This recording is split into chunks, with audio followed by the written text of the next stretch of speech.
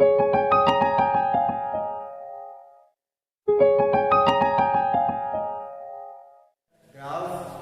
between electric potential versus R and electric field versus R for a point charge. तो उसको draw करना बताते हैं कैसे. उसके पहले हम लोग नोट करते हैं for point charge E equal to 1 upon 4 pi epsilon naught Q upon R square. So it is clear E inversely proportional to R square. And potential due to point charge 1 upon 4 pi epsilon naught Q over R. And it is clear V inversely proportional to R. E inversely proportional to R square है, inversely proportional to R है. अब बनाते हैं graph. ये y access हो गया और ये x एक्सेस हो गया. यहाँ पे लिख देंगे y एक्सेस पे E और B कुछ भी ले लेंगे और यहाँ पे R. सबसे पहले जब भी ग्राफ बनाएंगे इस चीज का याद रखेंगे कि x एक्सेस पे और y एक्सेस पे मुझे कौन कौन सी क्वांटिटी लेनी चाहिए. कई बच्चे क्या करते हैं ग्राफ बना देते हैं और ये नहीं लिखते हैं कि y एक्सेस पे मुझे कौन सा टर्म लेना है और x एक्सेस पे कौन सा टर्म लेना है, तो फिर मार्क्स पूरे नहीं. तो सबसे पहले हम लोग ग्राफ बनाते हैं. इसमें हम देख रहे हैं कि जैसे जैसे R इंक्रीज होगा इलेक्ट्रिक फील्ड की वैल्यू ज्यादा डिक्रीज करेगी comparison to the electric potential. जैसे कि अगर हम याद रखें कि R को बारी बारी से कुछ ना कुछ रख के देखते हैं, जैसे कि 1/2 रख के देखते हैं, 1 रख के देखते हैं, 2 रख के देखते हैं, 3 रख के देखते हैं. तो अगर हम लोग बारी बारी से रखेंगे इलेक्ट्रिक फील्ड में अगर रखेंगे तो ये जो आएगा 1 upon 1/2 होल स्क्वायर. तो इसको रखेंगे तो 1 upon 1/2 होल स्क्वायर करेंगे तो ये 4 के समथिंग आएगा. लेकिन अगर हम यहाँ 1/2 रखेंगे तो 2 आएगा. मतलब वैल्यू अगर 1 से कम है तो इलेक्ट्रिक फील्ड ज्यादा है. तो मिलाके पहले ग्राफ बना देते हैं फिर देखते हैं.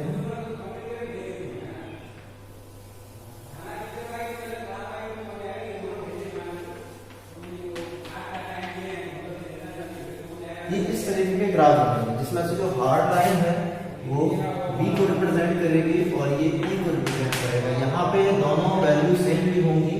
यहाँ इंटरसेक्शन पॉइंट है. इस केस में E और V इक्वल होगा क्योंकि R की वैल्यू 1 होगी. यहाँ पे देख सकते हैं कि अगर R को हम 1 रखेंगे तो 1 रखने से ये E equal to 1 upon 4 pi epsilon naught Q आएगा और अगर यहाँ पे R की वैल्यू 1 रखेंगे तो ये भी 1 upon 4 pi epsilon naught Q आएगा. इसका मतलब R की 1 वैल्यू के लिए इक्वल टू V होगा. लेकिन जैसे ही 1 से ज्यादा 1 से आगे बढ़ेंगे तो E कुछ ज्यादा ही इंक्रीज करेगा कंपैरिजन टू द V. तो this graph is very important. बनाने के बाद एक चीज का ध्यान रखना है कि ये जरूर इंडिकेट करना है कि इसमें से जो कर्व है कौन सा कर्व V को रिप्रेजेंट करेगा, कौन सा कर्व E को रिप्रेजेंट करेगा.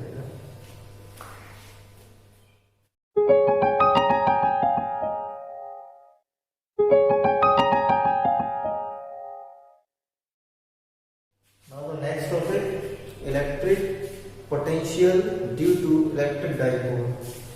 इलेक्ट्रिक डाइपोल की वजह से इलेक्ट्रिक पोटेंशियल कैलकुलेट करना है. जैसे कि इलेक्ट्रिक फील्ड के लिए कैलकुलेट किया था वैसे ही इलेक्ट्रिक पोटेंशियल भी कैलकुलेट किया. तो नंबर 1 है axial position.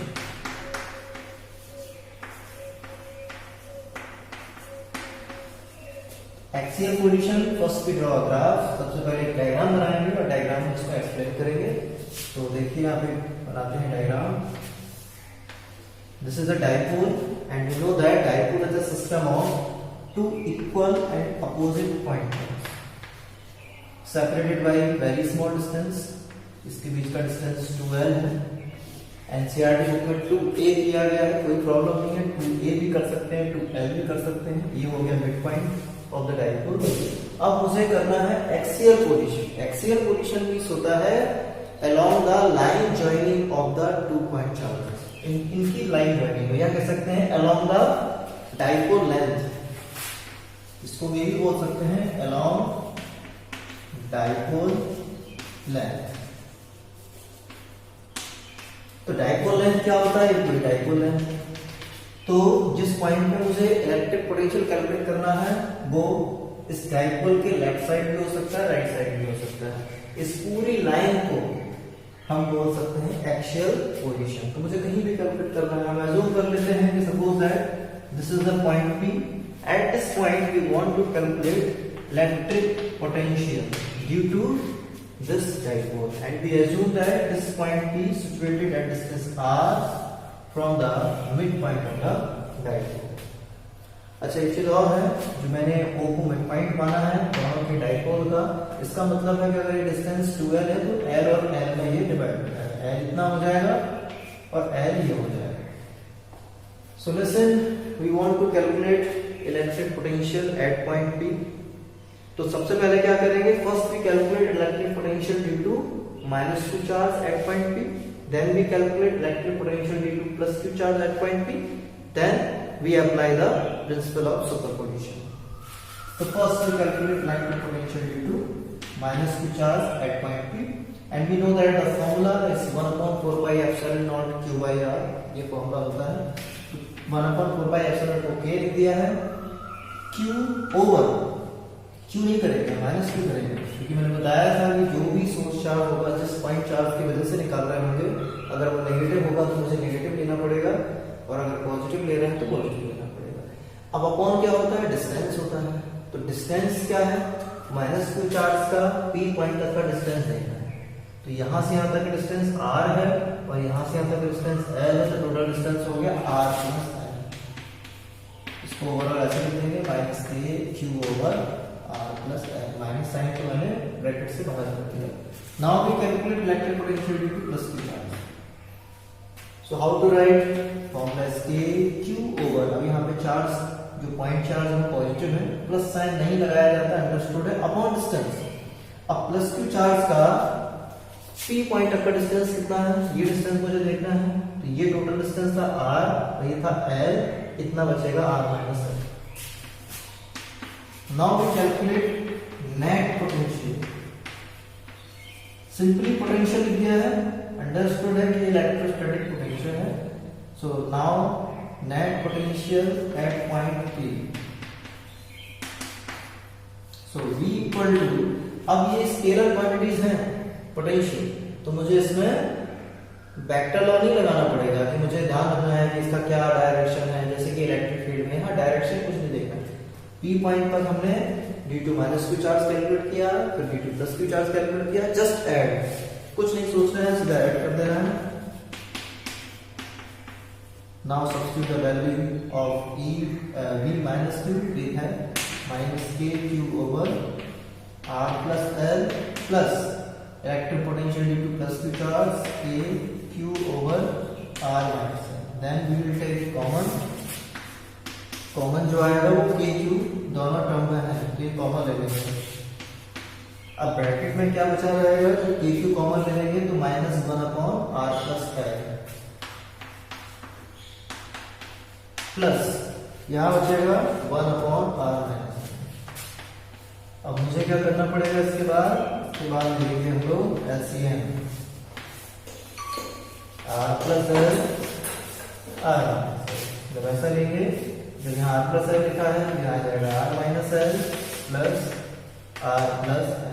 Now open the bracket and we simplify it, -r + l plus r plus l upon, नीचे हो जाएगा डिनोमिनेटर में r² - l। इसमें देखेंगे ये प्लस माइनस कट हो गया और l और l जब सॉल्व करेंगे तो ये 2l हो जाएगा। So now v equal to kq into 2l over r² - l। अब यहाँ पे देखेंगे जो q into 2l है, ये डाइपोल मोमेंट का फॉर्मूला होता है। तो v equal to k p, dipole moment denoted by small p, upon r² - l²। यहाँ पे मैंने क्या किया, डाइपोल मोमेंट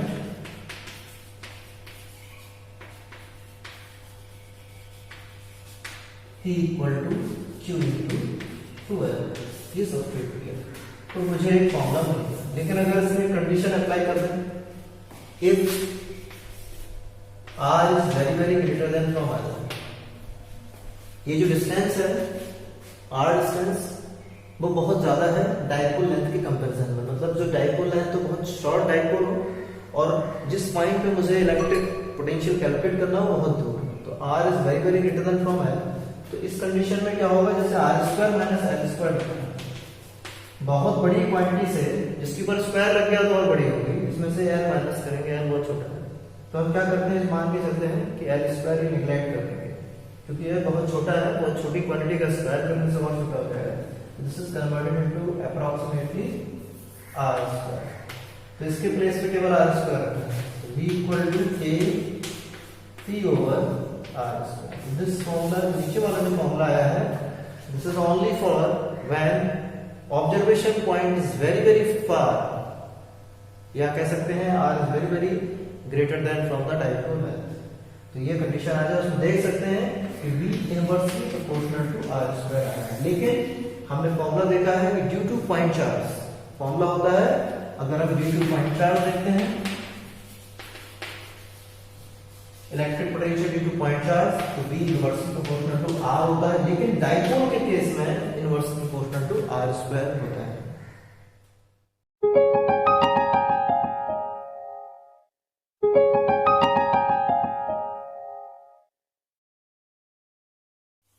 इक्विटोरियल पोजीशन का पहले मीनिंग समझ लेते हैं क्या है।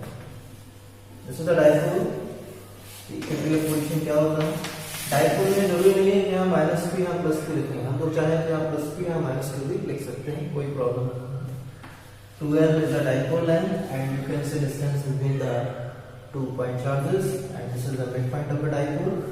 इक्विटोरियल पोजीशन का मीनिंग होता है at perpendicular bisector, ये इसका मीनिंग होता है।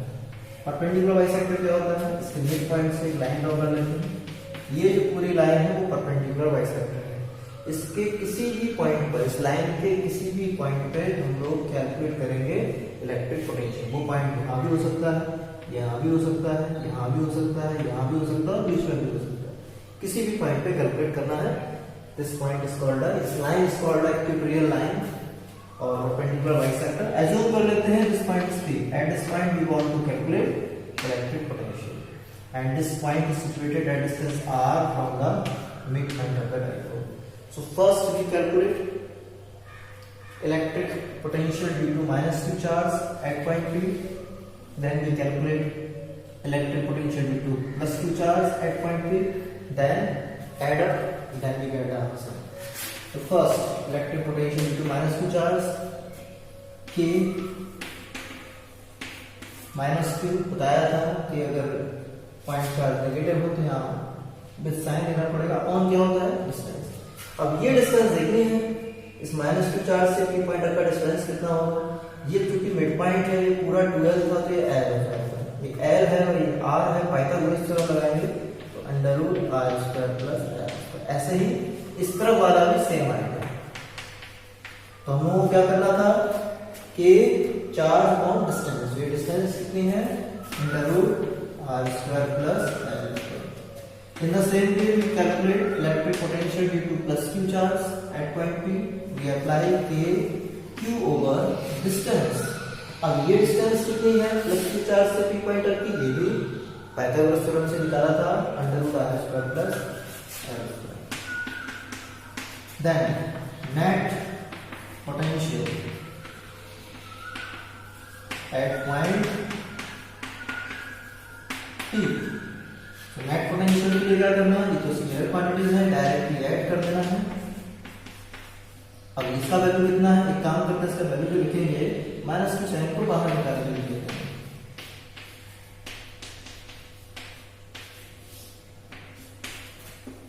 ड्यू टू +q चार्ज ये लिखा हुआ है। अब यहाँ पे देखेंगे कि बिल्कुल इक्वल है, बिल्कुल एक जैसा है, बस यहाँ प्लस और माइनस का अपोजिट साइन है, कट हो गया, देखो v क्या आ गया है, 0। It is clear, electric potential due to dipole at any point on the equatorial line will be 0। ये पॉइंट, ये जो v होगा वो 0 होगा, चाहे पॉइंट यहाँ हो, बीच में हो, नीचे हो, किसी भी पॉइंट पर हो, मतलब इस लाइन के हर एक पॉइंट पे इलेक्ट्रिक पोटेंशियल 0 होगा ड्यू टू द डायपोल, ये 0 आएगा। तो अभी मैंने क्या देखा, एक्सियल के लिए कैलकुलेट किया, एक्सियल पॉइंट पे कैलकुलेट किया, तो हमारा आंसर v = kq/r² आया।